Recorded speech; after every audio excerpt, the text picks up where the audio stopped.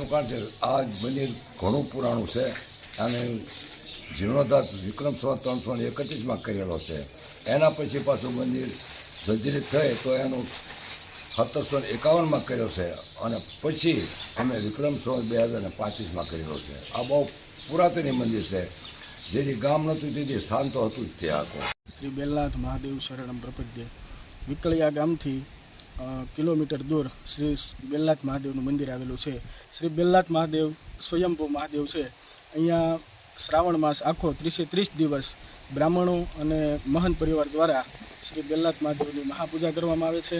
બપોરે દરરોજ થાય છે અને બ્રહ્મચોર્યાસીનું આયોજન પણ 30 દિવસ કરવામાં આવે છે. તે ઉપરાંત મહાશિવરાત્રિનું પર્વ પણ ભવ્યાતિ ભવ્ય ઉજવવામાં આવે છે. ત્યારબાદ દર મહિનાની શિવરાત્રિનું ઉત્સવ પણ ઉજવવામાં આવે છે.